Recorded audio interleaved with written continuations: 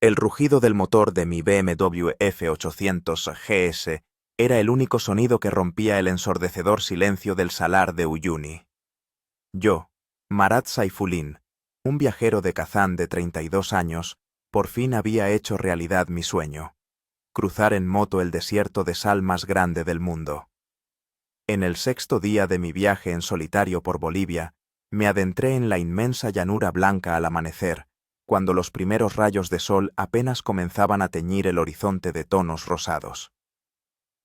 El salar de Uyuni es un lugar donde el cielo y la tierra se funden en una sola entidad. 10.000 kilómetros cuadrados de sal cristalina que forman una superficie perfectamente plana. Durante la temporada de lluvias, aquí se crea un espejo gigante que refleja el cielo, pero ahora, en la estación seca, era simplemente un desierto blanco e infinito que hacía que te dolieran los ojos, incluso a través del cristal tintado del casco. Mi plan era cruzar el salar de norte a sur en un solo día, partiendo del pueblo de Uyuni en dirección a la frontera con Chile. Según mis cálculos, esto me llevaría unas 6 horas, teniendo en cuenta las paradas para hacer fotos y descansar. Había trazado la ruta con el GPS, aunque sabía que en lugares como este, la electrónica a veces falla. Por si acaso, llevaba un mapa de papel y una brújula. «Dios mío, qué belleza», susurré, deteniéndome para la primera pausa programada tras 1 hora de camino. Apagué el motor, me quité el casco y fui instantáneamente golpeado por el silencio. Un silencio absoluto, resonante, como el que solo se puede escuchar en los rincones más remotos del planeta. Bebí unos cuantos sorbos de agua del Camelback sujeto en un bolsillo especial de mi traje de moto. El agua estaba tibia y sabía a plástico, pero en ese momento me pareció exquisita. En la mochila tenía 2 botellas de 1,5 litros más, y en las maletas laterales de la moto otros 6 litros. Para una travesía de un día por el salar, esto debería ser más que suficiente, incluso teniendo en cuenta el calor abrasador que, como sabía, me alcanzaría al mediodía. La temperatura aquí podía subir hasta los 35 grados, y la radiación ultravioleta, a una altitud de 3.600 metros sobre el nivel del mar, era especialmente agresiva. Después de comprobar el GPS, observé con satisfacción que iba exactamente por la ruta prevista. Hasta el punto de referencia más cercano, la isla Incahuasi, que se alza en medio del salar con gigantescos cactus, quedaban unas 2 horas de camino.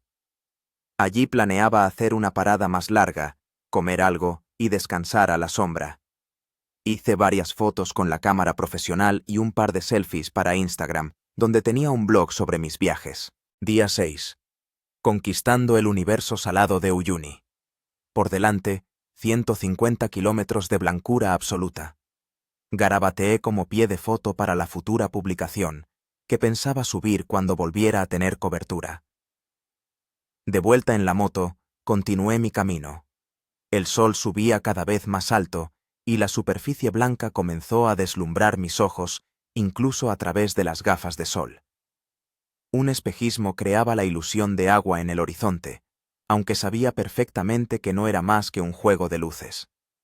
Después de 40 minutos, noté los primeros signos de problemas.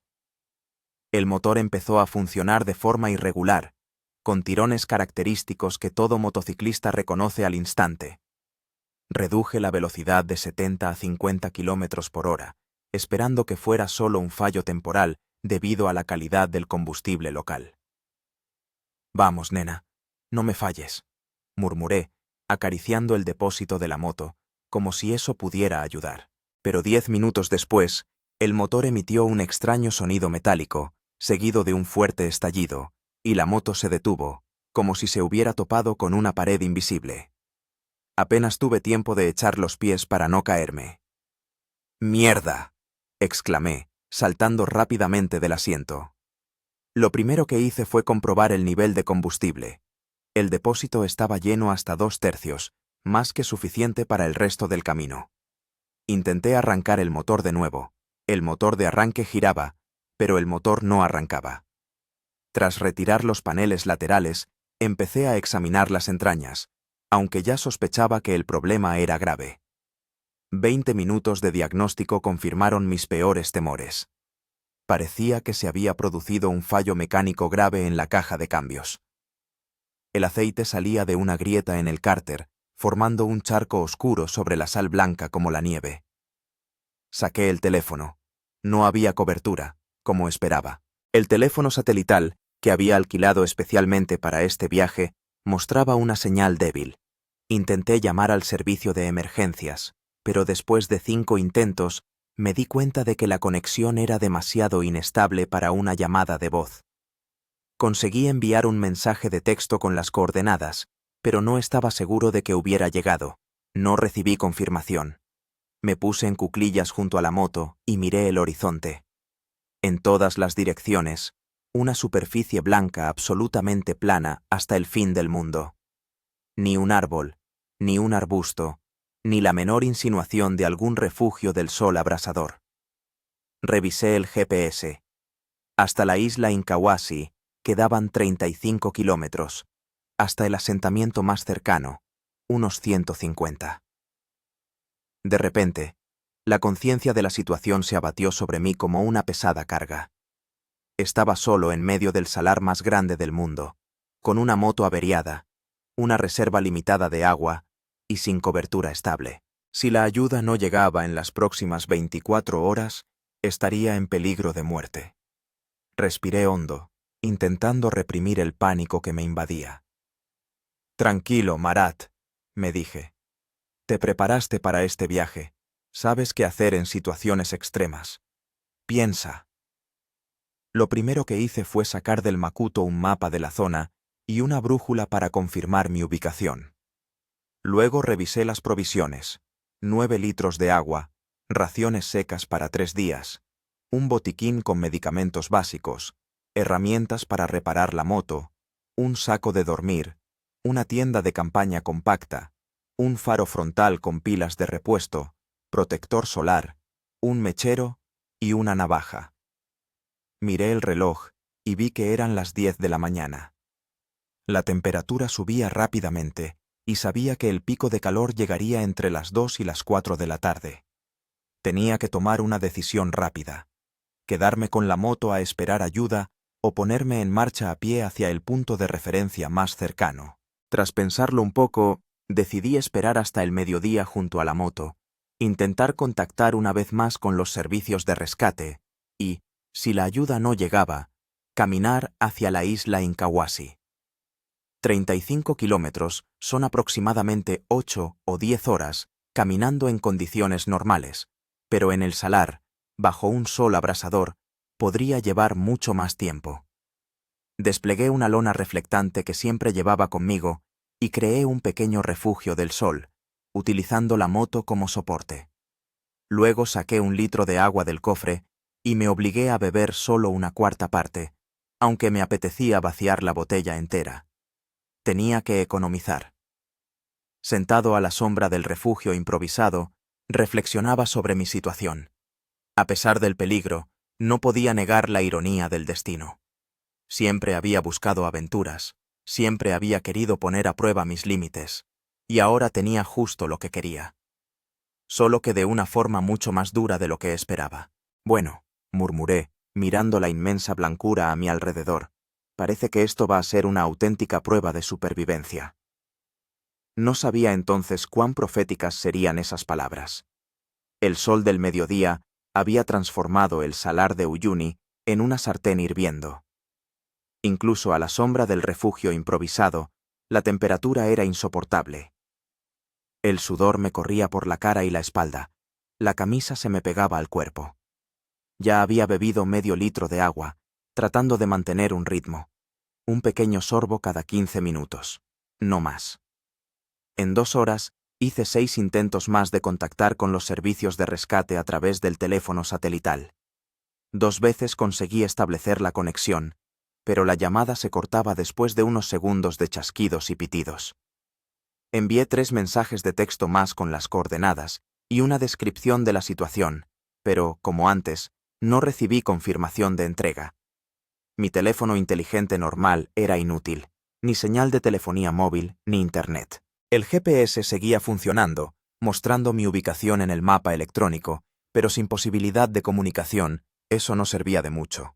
Volví a inspeccionar la moto, esperando encontrar una solución al problema, pero cuanto más examinaba el daño, más claro me quedaba que era imposible repararla por mi cuenta. La grieta en el cárter requería soldadura, y la caja de cambios, al parecer, había sufrido graves daños internos. «Maldita sea», murmuré, secándome el sudor de la frente. «Tendré que irme». La decisión no fue fácil.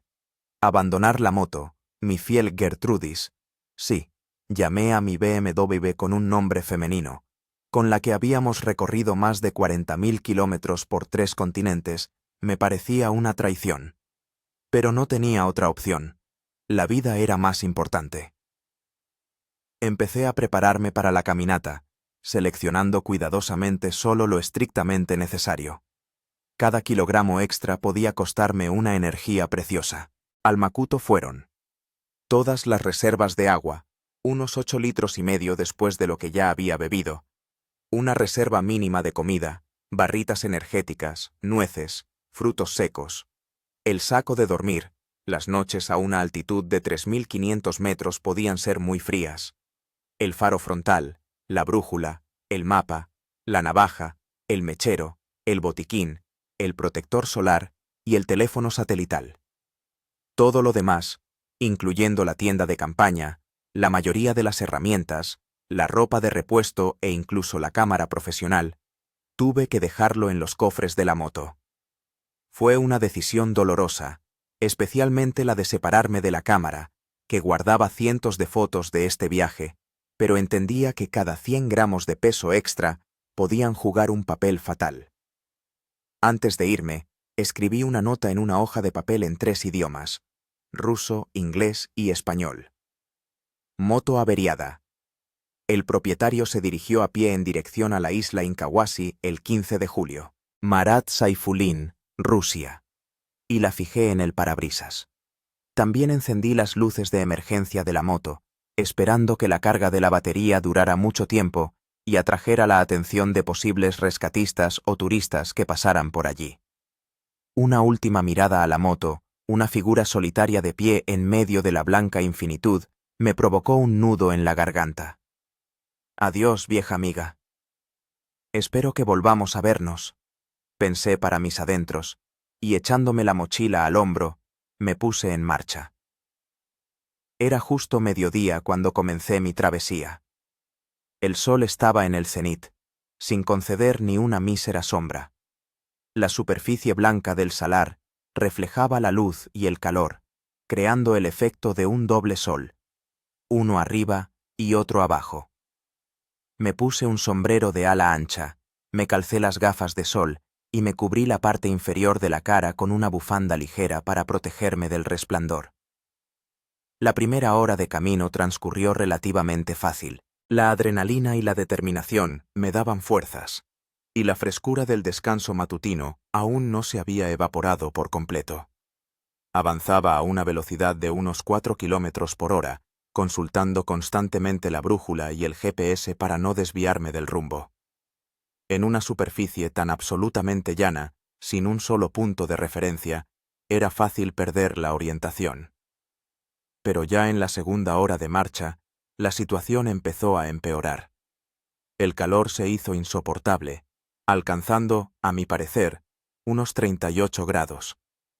La sal comenzó a filtrarse por todas partes, en los zapatos, bajo la ropa, incluso a través de la bufanda que me cubría la cara. Me irritaba la piel, provocándome picazón y escozor. Cada 15 minutos daba un sorbo de agua, pero la sed no remitía. La lengua se me hinchaba, los labios se agrietaban. El sudor corría a raudales, evaporándose al instante y dejando manchas blanquecinas de sal en la piel y la ropa. Era consciente de que estaba perdiendo mucho líquido y electrolitos, y eso representaba un grave peligro. Hacia la tercera hora de camino, comencé a sentir los primeros síntomas del agotamiento por calor: mareos, náuseas, taquicardia. Cada paso me costaba un mundo, las piernas parecían de plomo. La mochila, que al principio no me había parecido tan pesada, ahora me oprimía los hombros con un peso insoportable. Me detuve para tomar aire. Según el GPS, había recorrido unos 12 kilómetros, poco más de un tercio del camino hasta la isla Incahuasi. En condiciones normales, habría sido un buen resultado, pero allí, en las condiciones extremas del salar, comprendía que estaba gastando energía demasiado rápido. Decidí hacer una parada más larga, así que extendí el saco de dormir sobre la sal y me senté, protegiéndome del sol con la mochila. Saqué una barrita energética y me obligué a comérmela, aunque el calor y la deshidratación me habían quitado el apetito por completo. Luego bebí un poco más de agua de lo que me había permitido hasta entonces, unos 100 mililitros. Después de descansar 20 minutos, me puse en marcha de nuevo. Ahora intentaba caminar más despacio, conservando fuerzas y controlando la respiración. Cada 50 pasos me detenía unos segundos para recuperar el aliento. El tiempo se dilataba, perdía su ritmo habitual. Los minutos parecían horas, las horas, una eternidad. Dejé de mirar el reloj y me concentré únicamente en avanzar, paso a paso, metro a metro. A las 4 de la tarde, había recorrido unos 8 kilómetros más. En total, 20 kilómetros desde la moto y 15 hasta la isla. Pero las fuerzas se me agotaban. La cabeza me estallaba de dolor y veía lucecitas negras. Sabía que seguir caminando en ese estado era peligroso. El riesgo de sufrir un golpe de calor era demasiado alto. Tomando una difícil decisión, me detuve para descansar largo rato. Tenía que esperar a que cayera la tarde, cuando el calor amainara, y continuar el camino en condiciones más favorables. Extendí el saco de dormir, improvisé un pequeño refugio del sol con la mochila y la ropa que me quedaba, y me acosté, tratando de relajarme al máximo y ahorrar energía. Tumbado bajo el improvisado toldo, fui plenamente consciente, por primera vez, de la gravedad de mi situación. Hasta ese momento, una parte de mí todavía percibía lo que estaba pasando como una aventura, como una prueba que debía superar. Ahora, al sentir cómo mi cuerpo luchaba contra las condiciones extremas, comprendí que se trataba de supervivencia en el sentido más estricto de la palabra. Pensé en mi familia, en mi madre, que siempre se preocupaba por mis viajes, en mi hermana pequeña, que se enorgullecía de mis aventuras, en mis amigos, que seguían mi blog. ¿Qué sentirían si no regresaba? ¿Cuánto tiempo me buscarían en este inmenso desierto blanco? Estos pensamientos no eran de pánico, sino más bien me daban resolución. No podía permitirme rendirme. Demasiadas personas esperaban mi regreso. Con estos pensamientos, me sumí en un sueño intranquilo, lleno de visiones de agua, lagos frescos, cascadas ruidosas, incluso un simple grifo con agua potable. Mi subconsciente clamaba por una necesidad que me esforzaba por controlar en la vida real. Me desperté con un gemido. El sol ya estaba más bajo, el calor había disminuido un poco, pero mi estado había empeorado. Los labios se me habían agrietado hasta sangrar, la piel de la cara y las manos estaba enrojecida y empezaba a pelarse, a pesar de la crema solar. Pero lo peor era el dolor de cabeza, pulsátil, como si un martillo me golpeara el cráneo desde dentro. Con manos temblorosas, saqué el botiquín y encontré un analgésico. Lo tomé con un pequeño sorbo de agua y volví a tumbarme, esperando a que la medicina hiciera efecto. Al cabo de media hora, el dolor había remitido un poco, y decidí continuar el camino. El sol ya se inclinaba hacia el horizonte, la temperatura comenzaba a bajar. Según mis cálculos, tenía unas 3 horas de luz para avanzar lo máximo posible antes de que oscureciera.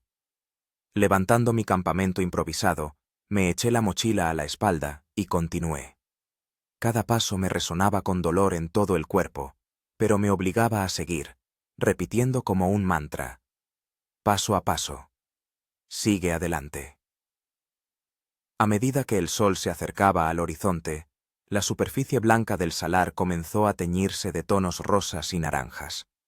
Sería un espectáculo increíblemente hermoso si no fuera por las circunstancias. Seguí caminando, ya sin prestar atención al dolor ni al cansancio, entrando en una especie de trance en el que solo existían el movimiento y la respiración. Cuando los últimos rayos de sol se desvanecieron en el horizonte, me detuve y encendí la linterna frontal. A su luz, los cristales de sal brillaban como millones de pequeños diamantes. Las estrellas comenzaron a aparecer en el cielo, brillantes, nítidas, increíblemente cercanas en el aire enrarecido de las alturas. Decidí seguir caminando una hora más, utilizando las estrellas y el GPS para orientarme. El frescor nocturno me brindaba alivio, y sentí una bocanada de nuevas energías. Según el GPS, había recorrido ya unos 25 kilómetros desde la moto. Me quedaban 10 hasta la isla Incahuasi. Sin embargo, pronto me di cuenta de que continuar en la oscuridad era demasiado arriesgado. Sin puntos de referencia claros, era fácil perder el rumbo, a pesar del GPS, y la batería de la linterna no era infinita. Además, por la noche la temperatura en el salar podía descender hasta 0 grados o menos. El contraste con el calor diurno era abismal. Me detuve para acampar durante la noche. Desenrollé el saco de dormir directamente sobre la costra de sal. Me comí la mitad de una barrita energética, la acompañé con un mísero sorbo de agua y me metí dentro del saco, temblando por el repentino frío. Tumbado bajo el inmenso cielo estrellado, pensaba en lo paradójico de mi situación. Soledad en medio de un espacio enorme, sed entre cristales compuestos de sal y agua, frío después de un calor insoportable. El salar de Uyuni era un lugar de contrastes, un lugar donde las reglas habituales no se aplicaban. Revisé el teléfono satelital. La batería estaba agotándose. La señal seguía siendo débil. Envié un mensaje más, indicando mi nueva ubicación y dirección, pero sin mucha esperanza de respuesta. Antes de dormirme, hice un recuento de los recursos que me quedaban. Poco más de 6 litros de agua, comida para 2 días con una ración mínima.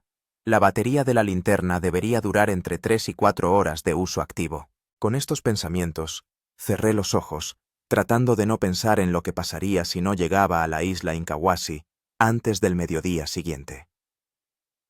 El cansancio me venció, y caí en un sueño profundo y sin sueños. El frío me despertó antes del amanecer. Me dolía todo el cuerpo, tenía los labios agrietados hasta sangrar, y sentía un sabor metálico en la boca. Con dificultad, salí del saco de dormir, temblando por el frío de la mañana. El termómetro de mi reloj marcaba -2 grados, un contraste increíble con el calor del día. El cielo en el este comenzaba a clarear, prometiendo un nuevo día. Sabía que tenía que aprovechar las horas de la mañana, antes de que el sol alcanzara toda su fuerza. Rápidamente enrollé el saco y recogí mis cosas. Bebí unos sorbos de agua, me comí los restos de la barrita de ayer y revisé el GPS. Me quedaban unos 10 kilómetros hasta la isla Incahuasi. Si mantenía un buen ritmo, podría llegar allí en 3 horas. Los primeros pasos fueron difíciles. Los músculos estaban entumecidos por haber dormido sobre la superficie dura de sal, y la deshidratación se manifestaba con mareos y debilidad. Pero a medida que avanzaba, el cuerpo se calentaba, y poco a poco encontré mi ritmo. El amanecer sobre el salar de Uyuni fue un espectáculo que nunca olvidaré. El horizonte primero se tiñó de un color rosa pálido, luego pasó a naranja y, finalmente, los primeros rayos del sol tocaron la superficie blanca, haciendo que millones de cristales de sal brillaran como piedras preciosas. Por un instante olvidé mi precaria situación, embelesado por esta belleza de otro mundo. Pero la realidad regresó rápidamente en forma de sed y cansancio. Continué caminando, haciendo breves paradas cada 30 minutos. El sol ascendía y, con él, la temperatura. Hacia las 9 de la mañana el calor volvía a ser sofocante y empecé a economizar movimientos, tratando de conservar energía y humedad en el organismo. Aproximadamente 2 horas después de comenzar a caminar, divisé una mancha oscura en el horizonte. Al principio pensé que era un espejismo o un juego de luces, pero a medida que me acercaba, la mancha iba tomando forma. Era la isla Incahuasi, una colina caprichosa que se alzaba en medio del desierto de sal, cubierta de cactus gigantes y antiguas formaciones de coral. La vista de la isla me infundió nuevas fuerzas. Aceleré el paso, ignorando el dolor en los pies y la palpitación en las sienes. Incahuasi no era solo un punto de referencia geográfico, era una oportunidad de salvación. La isla era visitada por grupos de turistas, y aunque en esta época del año había menos que en temporada alta, existía la posibilidad de encontrar gente. El último kilómetro hasta la isla lo recorrí en un estado cercano al trance. Los pensamientos se agolpaban, manchas negras flotaban ante mis ojos, pero obstinadamente seguía avanzando. Cuando mis pies finalmente tocaron el suelo pedregoso de la isla, sentí un alivio increíble, como si hubiera superado no 10 kilómetros, sino todo un continente. La isla Incahuasi era relativamente pequeña, alrededor de 1 kilómetro de largo y unos cientos de metros de ancho. Pero después de la extensión plana e ilimitada del salar, su paisaje ondulado parecía una verdadera cordillera. Comencé a ascender por un sendero pedregoso, rodeado de cactus trichocereus, algunos de los cuales alcanzaban los 10 metros de altura y, según los científicos, tenían más de 1000 años. En la cima de la colina había una pequeña infraestructura turística, un mirador, varios paneles informativos y, lo más importante, una pequeña cafetería para visitantes. Ahora, fuera de la temporada turística, parecía cerrada, pero aún así daba esperanzas de encontrar gente. Me dirigí a la cafetería, arrastrando los pies. La puerta estaba cerrada con llave, las ventanas tapiadas con contraventanas de madera. Llamé, primero suavemente, luego con más fuerza, pero no hubo respuesta. Rodeando el edificio, descubrí un pequeño anexo con un generador y un depósito de agua. Obviamente, la fuente de electricidad y agua para el aislado establecimiento. El depósito estaba cerrado con candado, pero cerca vi un grifo, probablemente para fines técnicos. Con las manos temblorosas por la excitación, giré la llave y, después de unos segundos de ansiosa espera, salió agua. Turbia y con sabor a metal, pero en ese momento me pareció néctar de los dioses.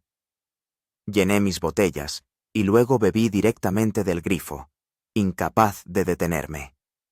Una parte de mi mente me advertía del riesgo de beber demasiado rápido después de la deshidratación, pero la sed era más fuerte.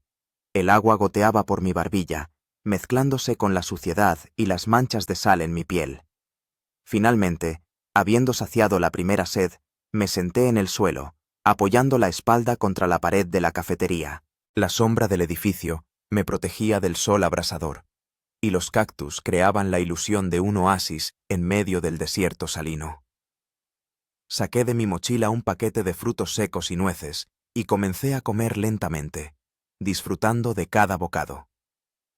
La sensación de euforia por haber llegado a la isla y haber encontrado agua dio paso gradualmente a una evaluación sobria de la situación. Estaba vivo y relativamente a salvo, pero aún lejos de la civilización. Hasta el pueblo más cercano había unos 120 kilómetros, una distancia insalvable a pie con las provisiones que me quedaban. Decidí explorar la isla en busca de señales de presencia humana o de algo que pudiera ayudarme en mi situación. Dejando la mochila a la sombra de la cafetería, comencé a recorrer la zona. Incahuasi era una maravilla geológica, una antigua isla volcánica que en su día fue un arrecife submarino de un lago prehistórico que ocupaba todo el territorio del actual salar. Corales petrificados y fósiles marinos se encontraban por todas partes, recordando la época en que esta zona desértica era el fondo del océano. En el punto más alto de la isla encontré una pequeña estación meteorológica, un dispositivo automático que recopilaba datos sobre el clima. Junto a ella había un panel solar que alimentaba el equipo. Era la primera pieza de tecnología que funcionaba que veía en las últimas 24 horas, y me llenó de esperanza. Inspeccioné cuidadosamente la estación, tratando de averiguar si podía usar su energía para cargar mi teléfono satelital. Afortunadamente, en el panel lateral encontré un puerto USB, probablemente para los técnicos que mantenían la estación. Sin dar crédito a mi suerte, saqué el cable y conecté el teléfono. El indicador de carga se encendió, y sentí una ola de alivio recorrer mi cuerpo. Incluso si nadie aparecía en la isla en el corto plazo, podría cargar el teléfono e intentar contactar con los rescatistas. Dejando el teléfono cargando, continué explorando la isla. En el lado oeste encontré una pequeña cabaña, escondida entre las rocas y los cactus, probablemente un refugio para los guardas o investigadores. La puerta estaba cerrada con llave, pero una de las ventanas no estaba cerrada. Después de algunos esfuerzos, logré colarme dentro. La cabaña era sencilla: una habitación con 2 camas, una mesa pequeña, varias sillas y un armario. El polvo en el suelo y las telarañas en las esquinas indicaban que hacía mucho tiempo que nadie había estado allí. Pero para mí, este lugar parecía un hotel de 5 estrellas. Un techo sobre mi cabeza, protección contra el sol y el viento, camas de verdad. En el armario encontré varias latas de frijoles y atún, paquetes de pasta, una botella de aceite vegetal y, lo más valioso, una caja con medicamentos. Entre los medicamentos había antibióticos, antiinflamatorios, antisépticos y sales de rehidratación. Justo lo que necesitaba en mi estado. Preparé una solución con sales de rehidratación y la bebí lentamente, sabiendo que me ayudaría a restablecer el equilibrio electrolítico en mi cuerpo. Luego, traté con antiséptico mis labios agrietados y las quemaduras solares en mi cara y mis manos. Sintiéndome mucho mejor, volví a la estación meteorológica para revisar el teléfono. Se había cargado aproximadamente un 60%, suficiente para varios intentos de conexión. La señal aquí, en la elevación, era un poco mejor que en el salar abierto. Marqué el número de emergencias y, para mi sorpresa, escuché el tono demarcado. Después de 5 largos tonos, hubo una interferencia y luego una voz en español. La conexión era inestable, con constantes cortes, pero logré explicar mi situación usando una mezcla de español, inglés y términos internacionales. El operador confirmó que habían recibido mis mensajes anteriores y que la operación de rescate ya estaba en marcha. Los jeeps con el equipo de búsqueda habían salido de la ciudad de Uyuni hacía varias horas y debían llegar primero a mi motocicleta y luego seguir mis huellas. ¿Cuánto tiempo tardarán en llegar a la isla Inkawasi?, pregunté, esforzándome por hablar con claridad a pesar de la interferencia. Si el tiempo se mantiene bueno, deberían estar con usted al atardecer, respondió el operador. Quédese donde está, conserve agua y energía. Lo encontraremos. La comunicación se cortó, pero ya había recibido lo principal. La ayuda estaba en camino. Solo me quedaba esperar y desear que los rescatistas pudieran llegar a la isla antes de que oscureciera. Regresé a la cabaña y decidí aprovechar el tiempo restante. Encontré una olla en un armario, la llené con agua del grifo detrás de la cafetería y preparé pasta con atún en una pequeña hornilla de gas que encontré en una esquina de la habitación. Era la primera comida caliente en las últimas 24 horas, y me pareció un auténtico banquete. Después de comer, el cansancio me invadió con renovada fuerza. Me acosté en una de las camas, con la intención de descansar un poco, y me quedé profundamente dormido al instante. Me despertó el sonido de los motores. El sol ya se estaba poniendo, tiñendo las paredes de la cabaña de color naranja.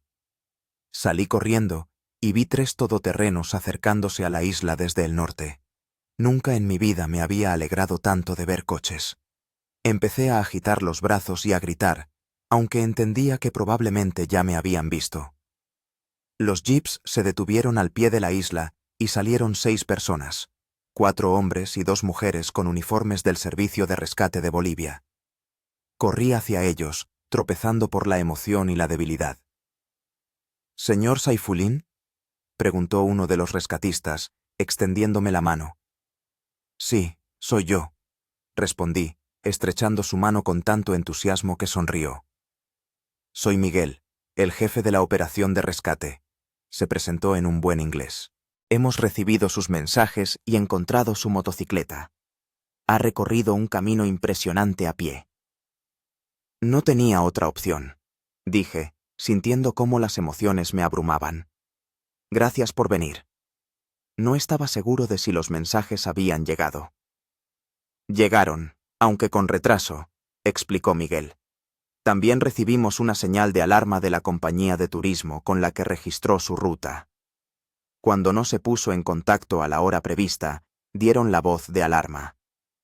Recordé que efectivamente había registrado mi ruta a través del Salar en una agencia de viajes en la ciudad de Uyuni, un procedimiento de seguridad estándar que, al final, podría haberme salvado la vida, incluso si el teléfono satelital hubiera dejado de funcionar por completo. Una de las mujeres rescatistas, que se presentó como la doctora Laura, comenzó a examinarme, buscando signos de deshidratación y quemaduras solares. Me dio una bebida electrolítica especial y me aplicó una crema médica en las quemaduras. «Ha tenido suerte», dijo, al terminar el examen. «Deshidratación moderada, quemaduras solares leves, agotamiento. Nada que no se pueda solucionar con unos días de descanso y una alimentación adecuada. Pero si se hubiera quedado en el salar abierto un día más, las consecuencias podrían haber sido mucho más graves». Mientras la doctora Laura se ocupaba de mí, los demás miembros del equipo me preguntaban sobre los detalles del incidente. Les conté sobre la avería de la motocicleta, la decisión de caminar hasta la isla Incahuasi y cómo había encontrado agua y refugio. «Actuó correctamente», dijo Miguel. «Muchos en una situación así entran en pánico y cometen errores. Usted mantuvo la calma y tomó las decisiones correctas». No estaba seguro de merecer tales elogios, pero sus palabras me reconfortaron. El equipo me ayudó a recoger mis cosas y nos dirigimos a los jeeps. Antes de abandonar la isla, insistí en dejar una nota en la cabaña agradeciendo por los suministros utilizados y prometiendo reembolsar su costo. Cuando nos alejábamos de la isla, el sol ya tocaba el horizonte, tiñendo el salar de fantásticos tonos rosados y púrpuras.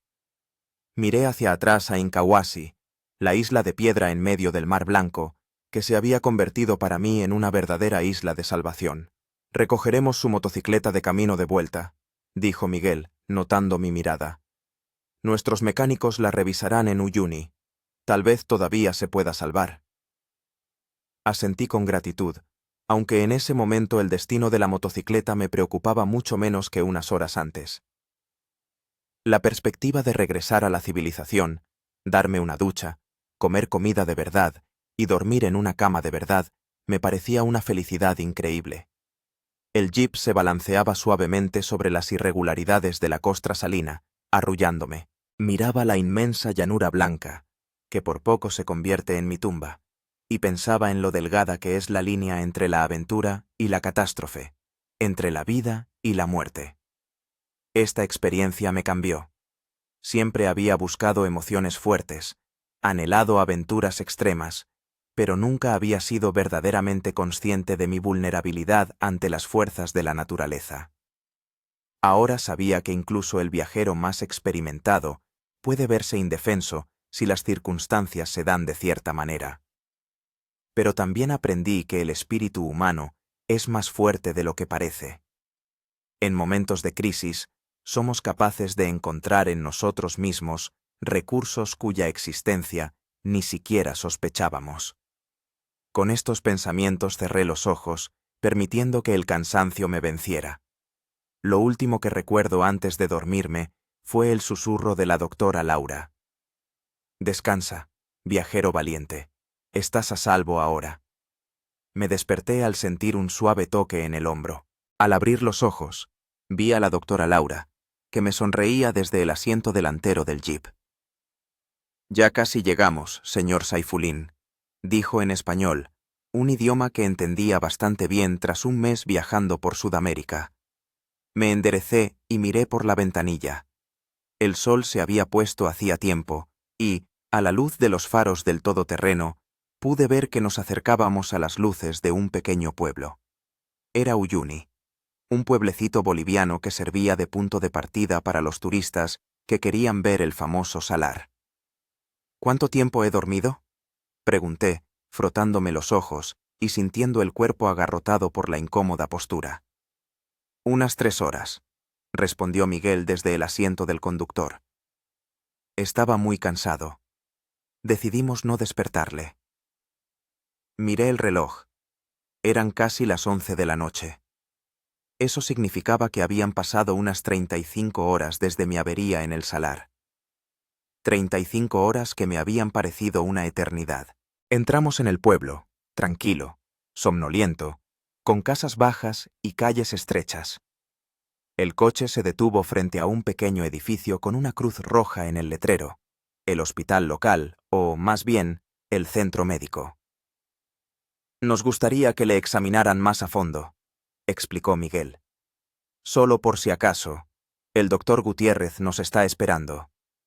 No discutí, aunque me sentía mucho mejor después de dormir y rehidratarme. Dentro nos recibió un médico anciano de ojos bondadosos y barba canosa. Solo hablaba español, pero la doctora Laura traducía. La revisión fue exhaustiva. El doctor me comprobó las constantes vitales, me examinó las quemaduras y la piel agrietada, me sacó sangre para analizarla e insistió en ponerme una vía intravenosa con suero fisiológico para rehidratarme por completo. «Ha tenido mucha suerte», dijo a través de la traductora cuando terminó de examinarme. «Tiene una deshidratación moderada, quemaduras solares de 1er grado y, en algunas zonas, de 2º, y un ligero agotamiento. Pero no veo daños graves en ningún órgano ni sistema. 2 o 3 días de descanso, una alimentación adecuada, mucho líquido, y estará como nuevo». Le di las gracias y le pregunté si podía irme. El doctor asintió, pero insistió en que terminara de pasar el suero fisiológico. «Le hemos reservado una habitación en el Hotel Tonupa», dijo Miguel cuando terminó la infusión. «Es el mejor sitio de Uyuni, aunque, por supuesto, no es un hotel de 5 estrellas. Después de pasar la noche en la costra salina, cualquier cama me parecerá un lecho de rosas». Sonreí. Miguel se echó a reír y me ayudó a llevar la mochila al coche. De camino al hotel me contó que mi moto ya había sido trasladada a un taller local. «El mecánico la revisará mañana por la mañana. A juzgar por su descripción, el problema es serio, pero no desesperado. En el peor de los casos, habrá que encargar piezas desde La Paz o incluso del extranjero». Asentí, sintiendo una extraña indiferencia por el destino de la moto. Aún ayer, Gertrude era mi bien más preciado, mi medio de transporte, mi casa sobre ruedas. Ahora, lo principal me parecía que estaba vivo, que podía respirar, beber agua, y que pronto dormiría en una cama de verdad. El Hotel Tonupa resultó ser un acogedor edificio de 2 plantas con un patio interior decorado con plantas autóctonas. A pesar de la hora tardía, el recepcionista nos estaba esperando, avisado por los rescatistas. «Nos hemos asegurado de que tenga botellas de agua extra en su habitación», dijo en un buen inglés, tendiéndome la llave. «Si necesita algo, llame a recepción, incluso de noche». La habitación era sencilla, pero limpia y acogedora. Una cama con sábanas blancas como la nieve, una pequeña mesa con 2 sillas, un armario, un televisor y, lo más importante, un baño privado con ducha. En la mesa había 6 botellas de agua mineral, una cesta con fruta y una nota con deseos de pronta recuperación por parte del personal del hotel. Miguel me ayudó a subir las cosas y me dijo que vendría por la mañana para saber cómo me encontraba y darme noticias sobre la moto. «Descanse, señor Saifulín. Se lo ha ganado». Cuando la puerta se cerró tras él, por fin me quedé solo, en silencio y a salvo. Lo primero que hice fue dirigirme al baño. Desnudo, me vi en el espejo y apenas me reconocí. Rostro demacrado con la piel enrojecida y descamada, labios agrietados, ojos inflamados, pelo sucio, apelmazado por la sal y el sudor. El cuerpo estaba cubierto de manchas de sal y pequeños rasguños. La ducha me pareció un auténtico paraíso. Me quedé bajo los chorros de agua tibia, sintiendo cómo el agua se llevaba no solo la suciedad y la sal, sino también el miedo, la tensión, la desesperación de las últimas 36 horas. Me lavé a conciencia, pero con cuidado, intentando no dañar la piel lastimada. Después de la ducha, envuelto en el suave albornoz que me proporcionó el hotel, por fin me sentí persona. Me bebí una botella entera de agua mineral, me comí una manzana de la cesta de frutas y me desplomé en la cama. A pesar del cansancio, no podía conciliar el sueño. El cerebro seguía procesando los acontecimientos de los últimos días, repasando una y otra vez los momentos de miedo, desesperación, determinación y, finalmente, salvación. Pensaba en lo cerca que había estado de la línea, a partir de la cual empieza la verdadera lucha por la supervivencia, y en la suerte que tuve de que todo terminara relativamente bien. En un momento dado, me acordé de mi blog y de los seguidores, que seguramente ya habrían empezado a preocuparse por mi largo silencio. Saqué el teléfono, lo encendí y vi que el hotel tenía Wi-Fi. Al conectarme a la red, me vi literalmente bombardeado de notificaciones, decenas de mensajes de amigos y familiares, preocupados por mi desaparición, comentarios en la última publicación de Instagram preguntando por mi paradero. Decidí escribir una breve publicación para tranquilizar a todo el mundo. Amigos, estoy vivo y a salvo en la ciudad de Uyuni. Los últimos 2 días han sido los más difíciles de mi carrera viajera. La moto se averió en medio del salar y tuve que recorrer más de 30 kilómetros a pie en condiciones extremas. Ya daré detalles más adelante, ahora necesito descansar. Gracias a todos por vuestra preocupación y un agradecimiento especial al Servicio de Rescate de Bolivia por su profesionalidad y rapidez. Tras enviar la publicación, apagué el teléfono, consciente de que no estaba en condiciones de responder a las numerosas preguntas y comentarios que, sin duda, seguirían. Eso podía esperar hasta mañana. Me tumbé en la cama, cerré los ojos, y por fin caí en un sueño profundo y reparador, sin sueños. La mañana me recibió con la luz del sol que se filtraba entre las cortinas y el sonido de la vida urbana al otro lado de la ventana. Por un instante me desorienté, sin entender dónde me encontraba, pero entonces los recuerdos volvieron y sentí un profundo alivio al darme cuenta de que la pesadilla había terminado. Físicamente me sentía mejor, aunque el cuerpo aún me dolía y la piel ardía por las quemaduras solares. Me levanté lentamente, bebí agua y decidí pedir el desayuno a la habitación, sin sentirme con fuerzas para bajar al restaurante del hotel. El desayuno era sencillo, pero delicioso. Pan fresco, quesos locales, huevos revueltos, fruta y, por supuesto, café boliviano, fuerte y aromático. Comí despacio, disfrutando de cada bocado, de cada sorbo, experimentando un placer casi meditativo por las cosas sencillas que, hasta ayer, parecían un lujo inalcanzable. Después del desayuno, encendí el teléfono y encontré un montón de mensajes nuevos, de familiares, amigos, seguidores del blog. Todos expresaban alivio de que estuviera bien y se interesaban por los detalles de mi aventura. Entre los mensajes había también un correo electrónico de mi editor en Rusia que me proponía escribir un libro sobre lo sucedido. Sonreí. La idea de convertir esta experiencia en un libro no se me había ocurrido, pero ahora me parecía interesante.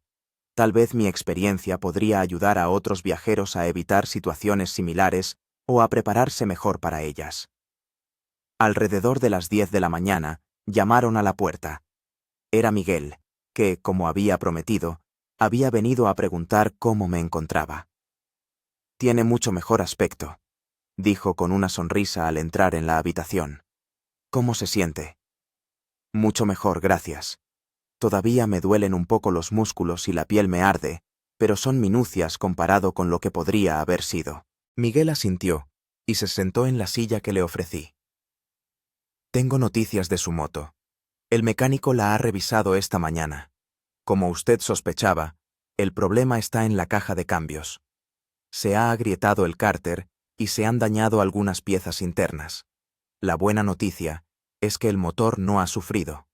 La mala noticia es que hacen falta piezas de repuesto que no hay en Uyuni. Suspiré, esperando algo así. ¿Cuánto habrá que esperar?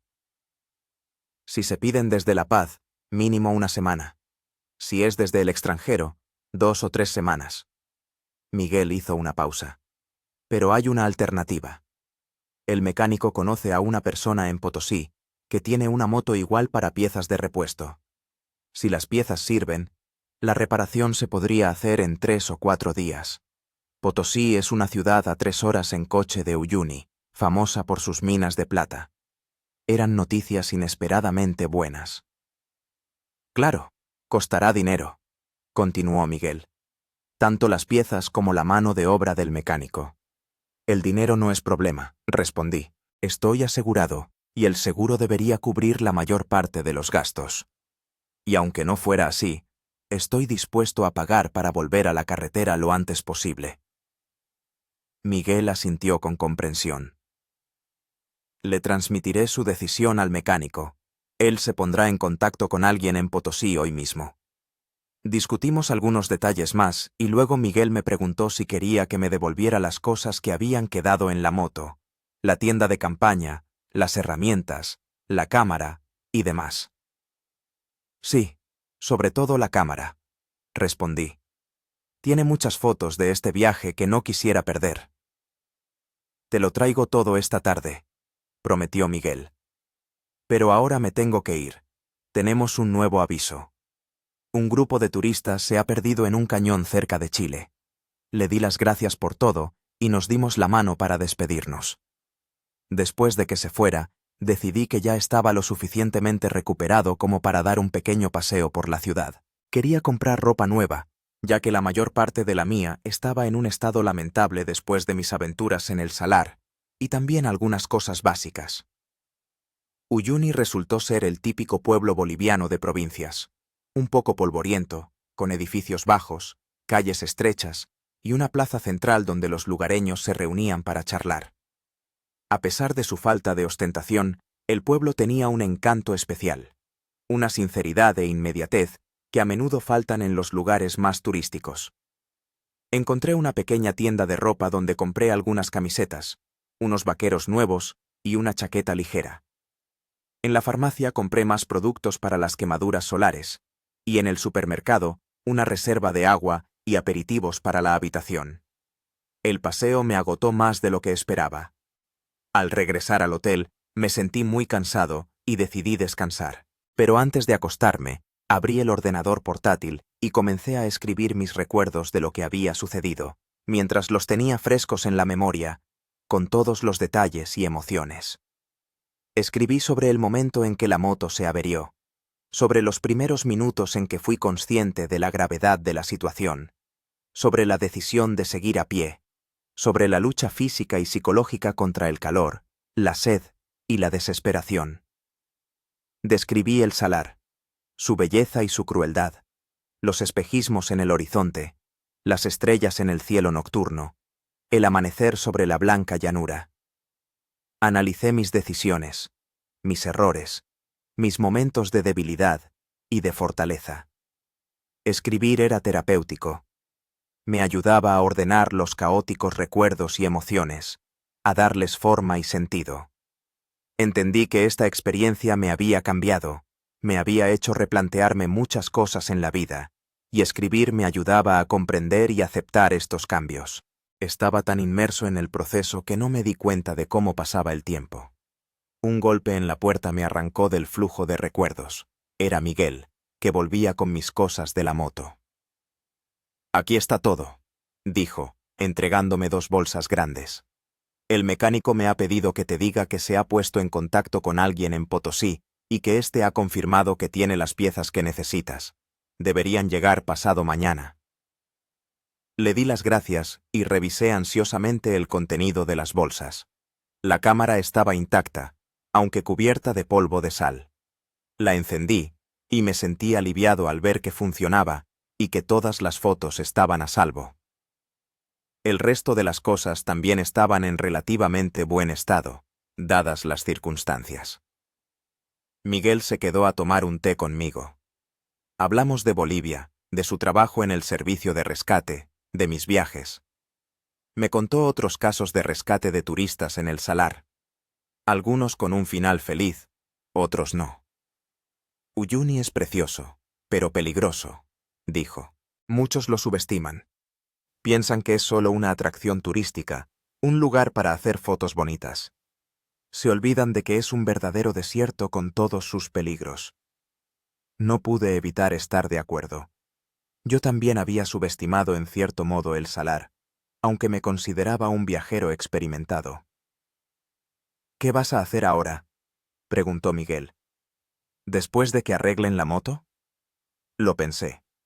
Originalmente, mi plan incluía cruzar el Salar, luego ir a través de Chile hasta el Océano Pacífico, y a lo largo de la costa hacia el sur hasta la Patagonia. Pero ahora no estaba seguro. Creo que continuaré el viaje, dije después de una pausa. Tal vez cambie un poco la ruta, pero no renunciaré a mis planes. Esta experiencia me ha enseñado mucho, pero no me ha quitado las ganas de viajar. Miguel sonrió. Esa es la decisión correcta. El miedo no debe detenernos, debe hacernos más sabios. Cuando se fue, volví a mis escritos, pero pronto sentí que mis ojos se cerraban por el cansancio. Decidí acostarme temprano, sabiendo que mi cuerpo necesitaba tiempo para recuperarse. Al quedarme dormido, pensé que, a pesar de todas las dificultades y peligros, no me arrepentía de mi aventura. Me había mostrado mis límites y posibilidades, me había hecho valorar las cosas simples que damos por sentado, y me había recordado la fragilidad de la vida humana ante la naturaleza.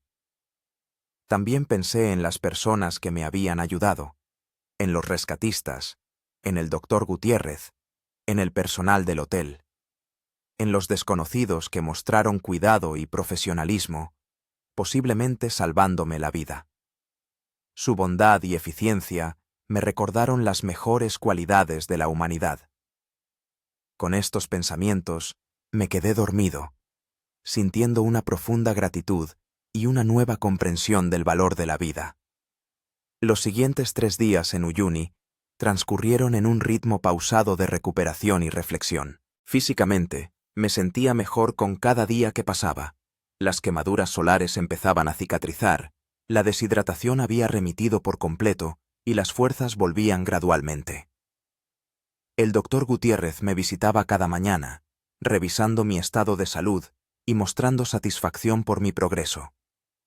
Su organismo es joven y fuerte, me dijo al tercer día a través del traductor. Se recupera rápidamente, pero no se apresure a volver a la actividad intensa. Tómese su tiempo. Seguí sus consejos, alternando el descanso con cortos paseos por la ciudad. Uyuni resultó ser un lugar interesante, si uno sabía dónde mirar. Tras su fachada poco llamativa, se escondía una rica historia y cultura. Visité el museo local, donde aprendí más sobre la geología del Salar, su formación y su importancia para la región. Me impresionó especialmente el cementerio de trenes en las afueras de la ciudad, un lugar donde decenas de viejas locomotoras y vagones habían sido abandonados para oxidarse en el desierto. Estos gigantes de hierro, que en su día sirvieron para transportar minerales de las minas bolivianas, ahora se alzaban como testigos silenciosos de una época pasada. Había algo poético en su abandono que resonaba con mi reciente experiencia de soledad en el Salar. Cada noche trabajaba en mis notas, transformando recuerdos dispersos en un relato coherente. No me limitaba a describir los hechos, sino que analizaba mis decisiones, emociones, momentos de debilidad y fuerza. Era una especie de proceso terapéutico que me ayudaba a comprender e integrar lo vivido.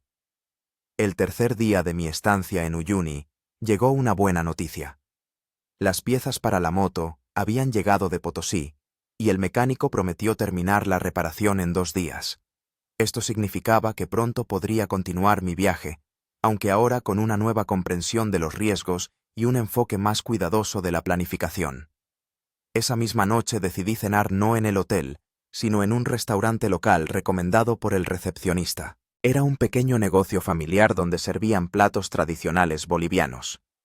Pedí un chairo, una sopa espesa con carne, verduras y quinua, y una laping, un guiso de carne de llama con patatas y arroz. Mientras esperaba mi pedido, se acercó a mí una anciana, la dueña del restaurante, como supe poco después. ¿Usted es el ruso que sobrevivió en el salar?, preguntó en español, examinándome con interés. Asentí, sorprendido de que mi historia se hubiera hecho pública en la ciudad. Mi sobrino trabaja en el servicio de rescate, explicó, como si hubiera leído mis pensamientos. Estuvo en el equipo que lo encontró. La historia corrió rápidamente por Uyuni. No tenemos tantos acontecimientos, ya sabe. Se sentó a mi mesa y se presentó como Carmen. Durante la siguiente hora hablamos del salar, de la vida en Uyuni, de Rusia, de viajes. Carmen resultó ser una conversadora maravillosa, sabia, con un sutil sentido del humor y una profunda comprensión de la naturaleza humana. El salar nos enseña humildad, dijo en un momento dado. Nos muestra lo pequeños y vulnerables que somos ante la naturaleza. Pero también nos enseña fuerza y resistencia. Usted ha pasado por esta prueba y ahora lleva consigo sus lecciones. Sus palabras me tocaron profundamente, porque reflejaban con exactitud mis propios pensamientos. Cuando me disponía a pagar la cena, Carmen se negó a aceptar el dinero.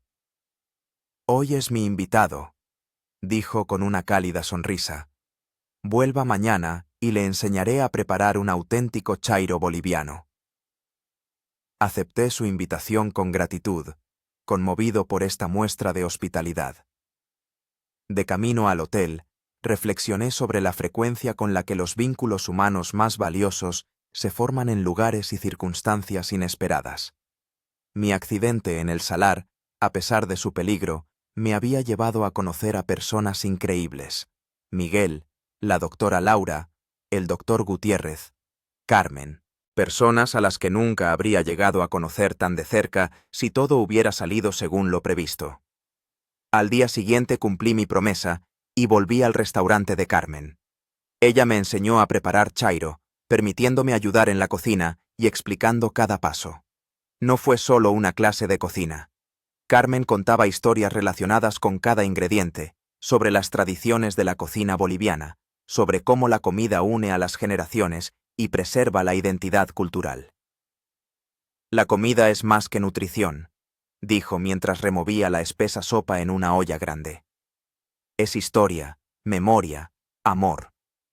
Cuando vuelva a casa y prepare esta sopa, se llevará un pedazo de Bolivia consigo.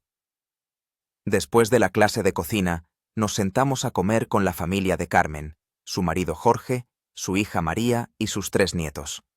Me preguntaron sobre Rusia, sobre mis viajes, sobre la vida de un motociclista trotamundos. Los niños estaban especialmente interesados en las fotos de mi teléfono, imágenes de Moscú, San Petersburgo, Kazán, paisajes nevados de Siberia. La nieve es como la sal, dijo el más pequeño, mirando una foto de un bosque invernal. Pero fría. Esta sencilla observación me hizo sonreír y pensar en los paralelismos entre el invierno ruso y el salar boliviano. 2 paisajes extremos, blancos e implacables, pero hermosos a su manera. Por la tarde de ese mismo día, me llamó el mecánico para informarme de que la reparación de la moto estaba terminada. Me propuso ir a buscarla a la mañana siguiente para comprobar que todo funcionara correctamente. Esta noticia me produjo sentimientos encontrados. Por un lado, me alegraba de poder retomar pronto mi viaje. Por otro, en esos días en Uyuni me había encariñado con este pequeño pueblo y con su gente. Aquí había renacido tras la dura experiencia en el salar. Aquí había conocido a personas que me habían ayudado no solo física, sino también emocionalmente. A la mañana siguiente me dirigí al taller. La moto parecía casi nueva, limpia, con piezas nuevas y lista para la carretera. El mecánico, un hombre bajito llamado Raúl, con las manos llenas de cicatrices y callosidades por años de trabajo con el metal, Me mostraba con orgullo la reparación realizada. Cárter nuevo, piezas nuevas en la caja de cambios, cambio de aceite y filtros, revisión de todos los sistemas. Enumeraba. Ahora su máquina está en mejor estado que antes de la avería. Revisé la moto y di una pequeña vuelta de prueba por el pueblo. Gertrude funcionaba a la perfección. El motor sonaba suave, las marchas entraban con precisión, sin ruidos ni vibraciones extrañas. Es usted un verdadero maestro, alabé sinceramente a Raúl al regresar al taller. Gracias por su excelente trabajo. Él sonrió tímidamente, aceptando el cumplido, y hablamos del precio de la reparación. El precio era razonable, sobre todo teniendo en cuenta la urgencia y la complejidad del trabajo. Pagué la factura y le pedí un desglose detallado de los trabajos realizados para la compañía de seguros. ¿Cuándo tiene pensado irse?, me preguntó Raúl mientras me entregaba los documentos. Mañana por la mañana, respondí. Quiero hacer los últimos preparativos y despedirme de la gente que me ha ayudado. Asintió con comprensión y me propuso revisar la moto de nuevo por la mañana antes de partir. De vuelta en el hotel, empecé a planificar la siguiente etapa del viaje. Mi ruta original preveía cruzar el Salar y dirigirme hacia la frontera con Chile. Pero ahora, después de lo sucedido, había decidido cambiar de planes.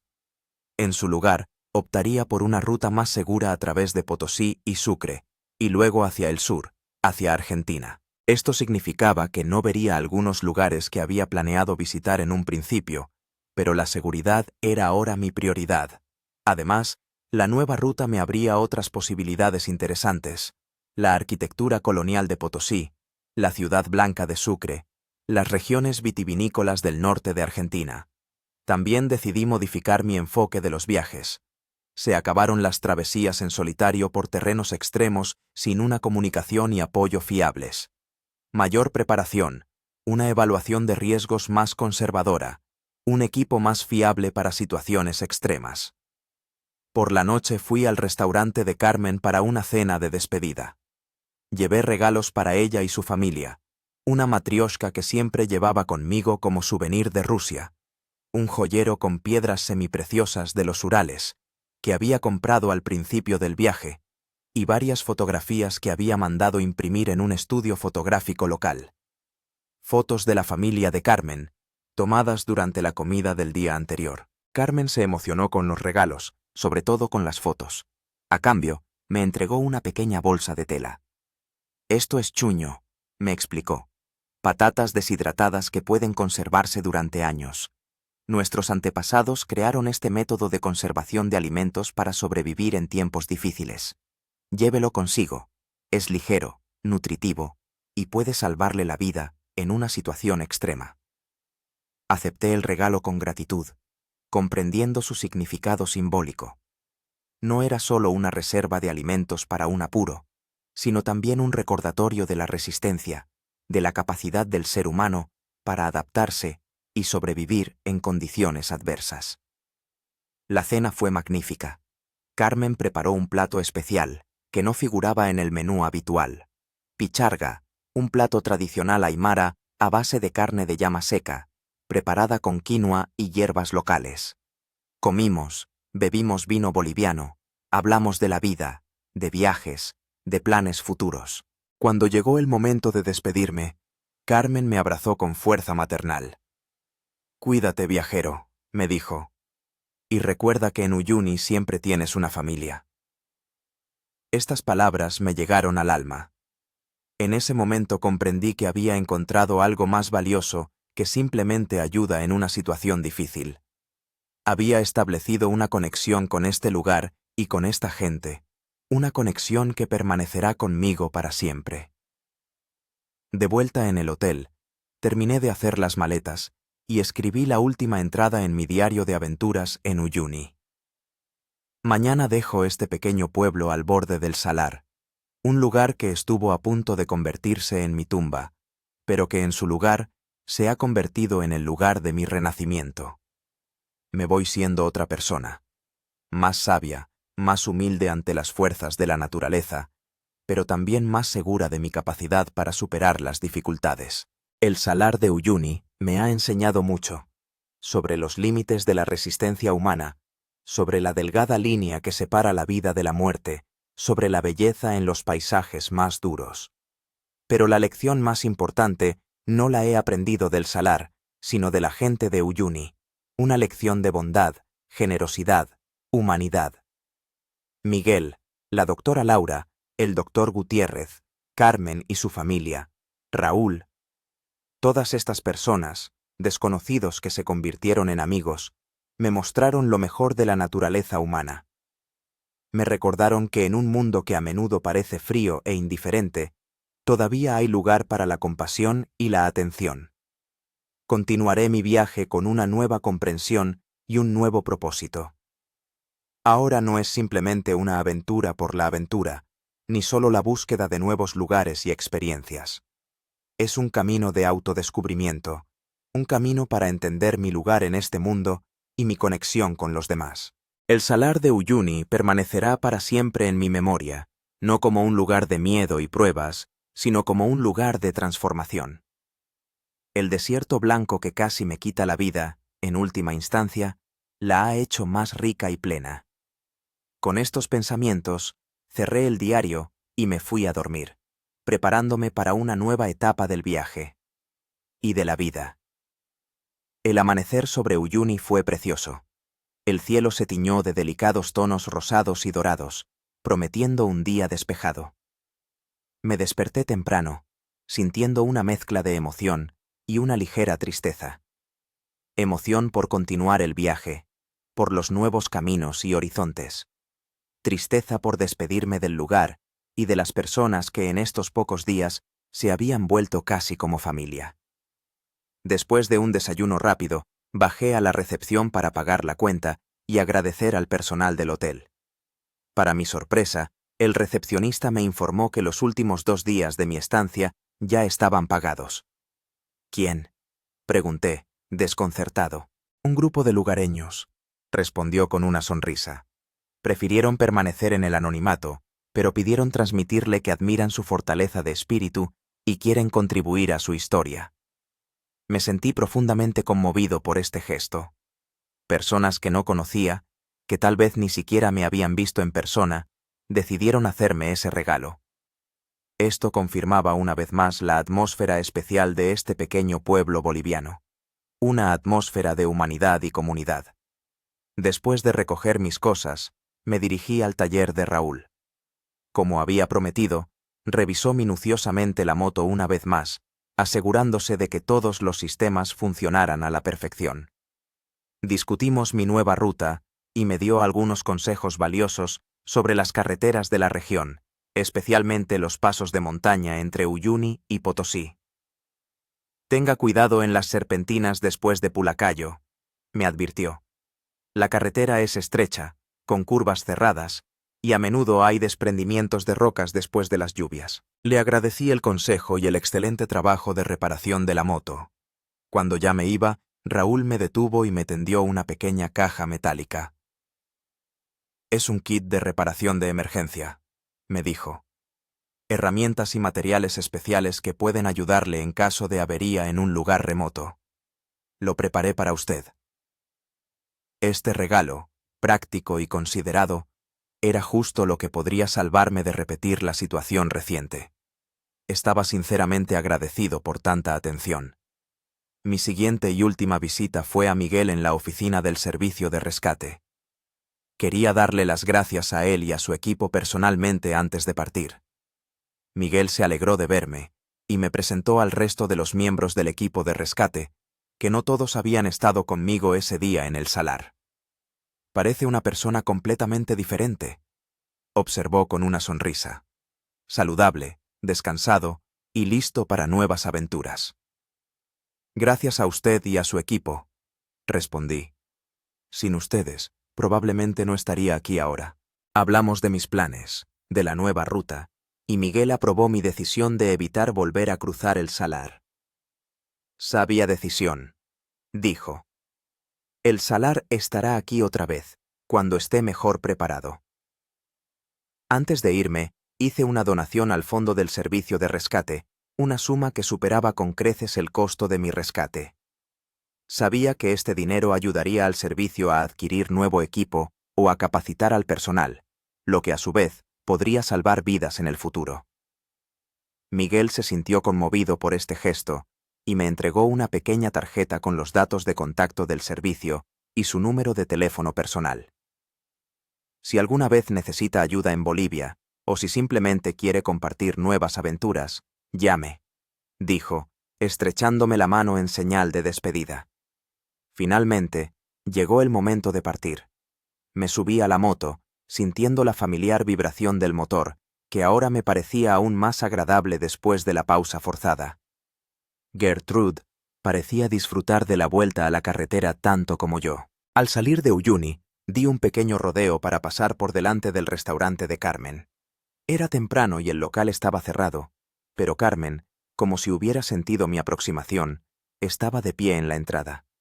Me detuve, me quité el casco y la abracé para despedirme. «No olvides la receta del chairo», dijo con una sonrisa, «y vuelve cuando puedas». Por supuesto, prometí. Y no eran palabras vacías. Realmente planeaba volver algún día a este asombroso pueblo al borde del salar.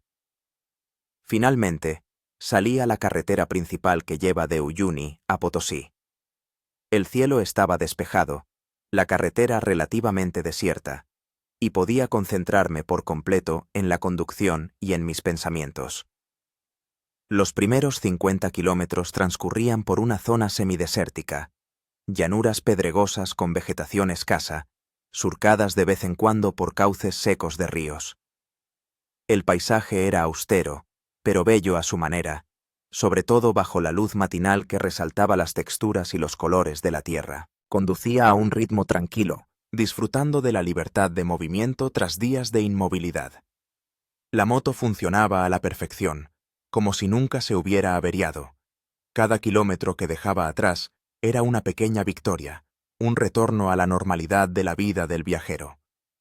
A las 2 horas de camino, el paisaje empezó a cambiar. La llanura cedió paso a colinas que, poco a poco, se hicieron más elevadas. Me acercaba a la cordillera que separa la región de Uyuni de la meseta central de Bolivia. La carretera comenzó a serpentear, ascendiendo cada vez más y revelando vistas espectaculares de los valles circundantes. En una de las curvas, me detuve para hacer algunas fotos y, sencillamente, para disfrutar del momento. De pie al borde de un precipicio, contemplando el valle que se extendía a mis pies, experimenté un profundo sentimiento de gratitud. Por estar vivo, por poder presenciar esa belleza, porque mi viaje continuase a pesar de todas las dificultades. Saqué del macuto una pequeña libreta y anoté mis pensamientos. Estoy a una altura de unos 4000 metros sobre el nivel del mar, entre Uyuni y Potosí. El viento silba en mis oídos, el sol es abrasador, pero el aire es fresco. Abajo, un valle que parece un patchwork de distintos tonos de marrón y verde. A lo lejos, las cumbres nevadas de las montañas. Hace una semana casi muero en el salar.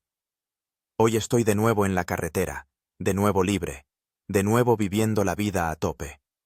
El contraste es tan brutal que parece casi irreal. Este viaje ya me ha enseñado más de lo que esperaba aprender en todo el trayecto. Sobre la supervivencia, sobre la bondad humana, sobre mis propios límites y posibilidades, sobre lo rápido que pueden cambiar las prioridades cuando te enfrentas a un peligro real. Sigo mi camino siendo otra persona, más cauta, más consciente, más agradecida por cada instante. Y, quizás, ese haya sido el sentido de todo lo ocurrido. Cerré la libreta, volví a contemplar el valle, me despedí mentalmente de Uyuni y del salar, que se vislumbraba a lo lejos como una mancha blanca en el horizonte, y continué mi camino. La carretera se volvía cada vez más difícil. Curvas cerradas, subidas empinadas, tramos estrechos con precipicios a un lado y rocas al otro. Pero, después de lo que había vivido en el salar, estas dificultades me parecían casi un reto agradable. Estaba totalmente en mi salsa. solo en la moto, superando un recorrido complicado, con pleno control de la situación. Hacia el mediodía, llegué al paso de Pulacayo, el punto más alto del camino entre Uyuni y Potosí, situado a más de 4.500 metros sobre el nivel del mar. Allí hice otra parada para comer algo y dar un respiro a la moto, que a tal altura trabajaba con un esfuerzo notable debido al aire enrarecido. Sentado en una piedra al borde de la carretera, observaba los coches y autobuses que pasaban, en su mayoría locales, con algunos todoterrenos turísticos dispersos. Varios motoristas que pasaban me saludaron con un gesto característico. La mano extendida hacia el suelo, que en el lenguaje internacional de los moteros significa desear un viaje seguro. Tras un breve descanso, continué mi camino, ahora descendiendo del paso hacia Potosí. El descenso era tan complicado como la subida. Las curvas cerradas exigían una atención constante y un manejo preciso de la moto. Pero las vistas eran impresionantes. Montañas, valles, pueblos remotos, rebaños de llamas y alpacas pastando. A media tarde, el paisaje volvió a cambiar. Aparecieron signos de una presencia humana más intensa, campos cultivados, canales de riego, más pueblos y aldeas. Me acercaba a Potosí, una de las ciudades más altas del mundo y un centro histórico de la minería de plata. Lo primero que me llamó la atención al acercarme a la ciudad fue la enorme montaña Cerro Rico que se alzaba sobre Potosí. Esta montaña, horadada por miles de minas y túneles, fue la fuente de una riqueza increíble en la época de la colonización española. La plata de Potosí financió el imperio español durante siglos, pero a costa de un sufrimiento humano indecible. Miles de indígenas y esclavos africanos murieron en estas minas.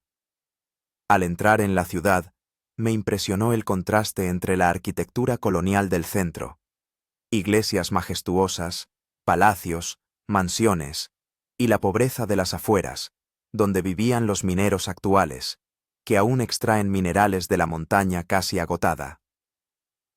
Encontré un pequeño hotel en el centro histórico, un edificio antiguo, reconvertido en hotel, con un patio interior y galerías. La habitación era sencilla, pero acogedora, con vistas a los tejados de tejas del casco antiguo y al Cerro Rico a lo lejos. Después de instalarme en el hotel y descansar un poco, decidí explorar la ciudad. Potosí había sido declarada Patrimonio de la Humanidad por la UNESCO gracias a su arquitectura colonial y a su importancia histórica, y quería ver todo lo que pudiera. Empecé por la plaza principal, la Plaza 10 de Noviembre, rodeada de edificios coloniales, incluido la catedral, con su fachada ricamente ornamentada. Después, visité la Casa de la Moneda, la antigua ceca donde se acuñaban las monedas para el Imperio Español, con la plata del Cerro Rico. Ahora es un museo que guarda la historia de la ciudad y su pasado argentífero. Paseando por las angostas callejuelas de Potosí, reflexionaba sobre los contrastes y las paradojas de este lugar. Una ciudad construida sobre una riqueza increíble, pero habitada en su mayoría por gente pobre.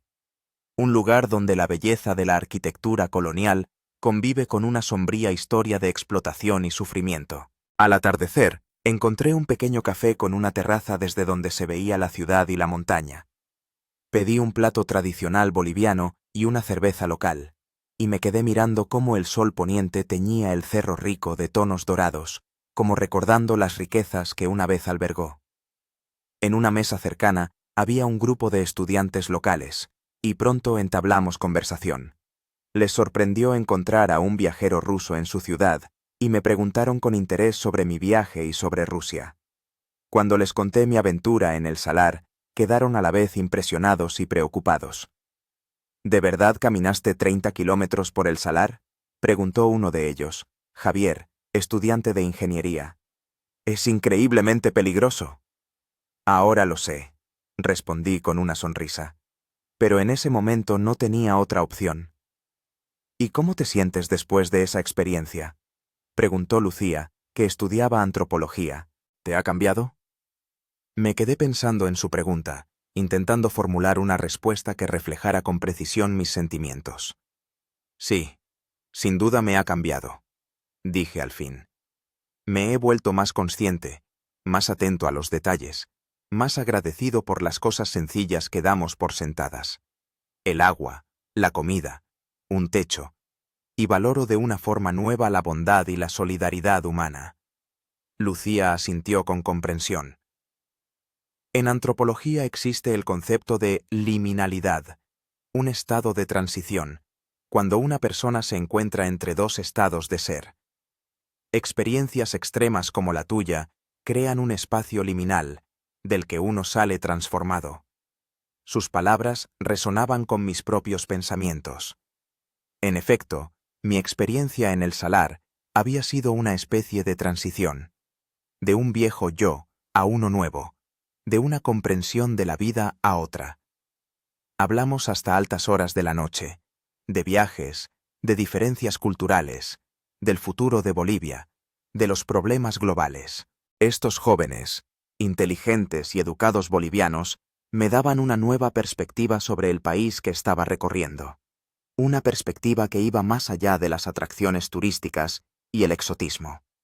Cuando finalmente regresé al hotel, ya era pasada la medianoche. Cansado, pero estimulado intelectualmente, anoté algunas ideas en mi diario antes de dormir. Potosí es una ciudad de contrastes y paradojas.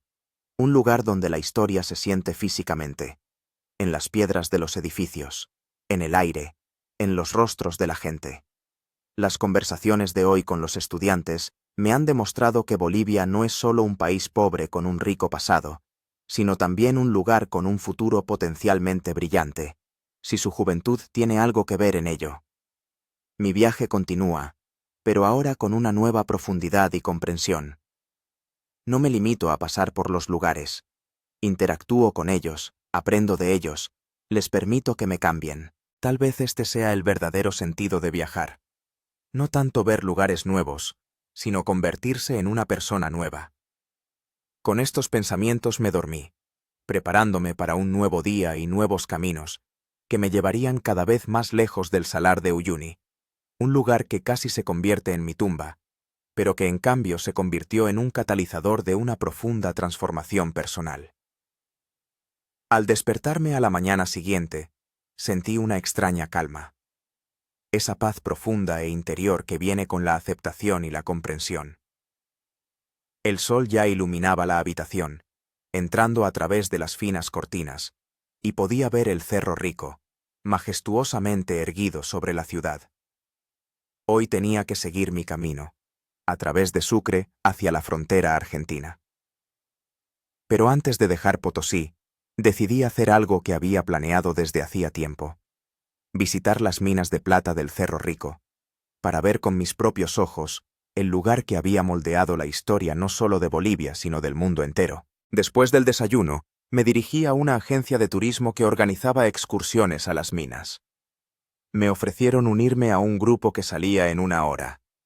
Mientras esperaba, charlé con el guía, un antiguo minero llamado Carlos, que después de 20 años trabajando en las minas, había pasado al negocio del turismo. Las minas son un infierno, dijo sin rodeos. Pero es un infierno que ha alimentado a mi familia durante 2 décadas. Ahora les muestro a los turistas a qué precio se extraía y se extrae la riqueza de nuestra montaña. La excursión comenzó con una visita al mercado minero, donde compramos regalos para los mineros. Hojas de coca, un estimulante tradicional que les ayuda a sobrellevar el duro trabajo en altura. Cigarrillos, refrescos y dinamita, que todavía se utiliza en algunas minas. Luego, ataviados con cascos, botas y chaquetas de protección, entramos en una de las minas. Dentro reinaba la oscuridad, el polvo, el calor y la estrechez. Los túneles eran tan bajos que teníamos que avanzar encorvados y a veces incluso a gatas. El aire era denso, cargado de polvo y productos químicos. Nos cruzamos con varios grupos de mineros trabajando, hombres demacrados con los rostros tiznados de polvo y los ojos reflejando una mezcla de agotamiento y determinación. Recibieron nuestros regalos con agradecimiento, especialmente las hojas de coca, que mascaban sin parar. Carlos nos explicó que la esperanza de vida media de un minero es de unos 45 años debido a la silicosis y otras enfermedades respiratorias. Muchos empiezan a trabajar en las minas siendo apenas adolescentes, sin otras perspectivas. Y todo esto por unos minerales que se van al extranjero, mientras a nosotros nos quedan las migajas, dijo con amargura. Esta experiencia fue dura emocionalmente, pero importante para entender la verdadera Bolivia, un país donde los ricos recursos naturales conviven, paradójicamente, con la pobreza de la mayoría de la población. Al salir de la mina, sentí una nueva gratitud por mi vida y por los privilegios que tengo, la libertad de movimiento, la educación, las oportunidades, que a muchos bolivianos les son inalcanzables. Después de la excursión, regresé al hotel, empaqueté mis cosas y preparé la moto para la partida. Antes de dejar Potosí, hice la última anotación en el diario. Potosí es una ciudad que recuerda el precio de la codicia humana y la resistencia del espíritu humano al mismo tiempo. Después del salar y las minas, siento que mi viaje ha adquirido un nuevo significado. No solo ver la belleza del mundo, sino también comprender su complejidad, sus contrastes, sus injusticias y sus esperanzas. Me voy con el corazón apesadumbrado, pero también con una nueva determinación de valorar cada momento de mi privilegiada vida y, tal vez, utilizar mi experiencia y mi voz para contar historias que merecen ser escuchadas. Arranqué la moto y salí de Potosí por la carretera que lleva a Sucre. Por delante me esperaban nuevas ciudades, nuevas carreteras, nuevos encuentros. Pero el salar de Uyuni y sus lecciones se quedarán conmigo para siempre, como un recordatorio de la fragilidad de la vida, de la fuerza del espíritu humano y de la importancia de la solidaridad humana en un mundo que puede ser a la vez hermoso e implacable. Mi moto sorteaba con firmeza las sinuosas carreteras de montaña, alejándome cada vez más del lugar donde casi pierdo la vida, pero donde encontré una nueva comprensión de lo que significa estar verdaderamente vivo.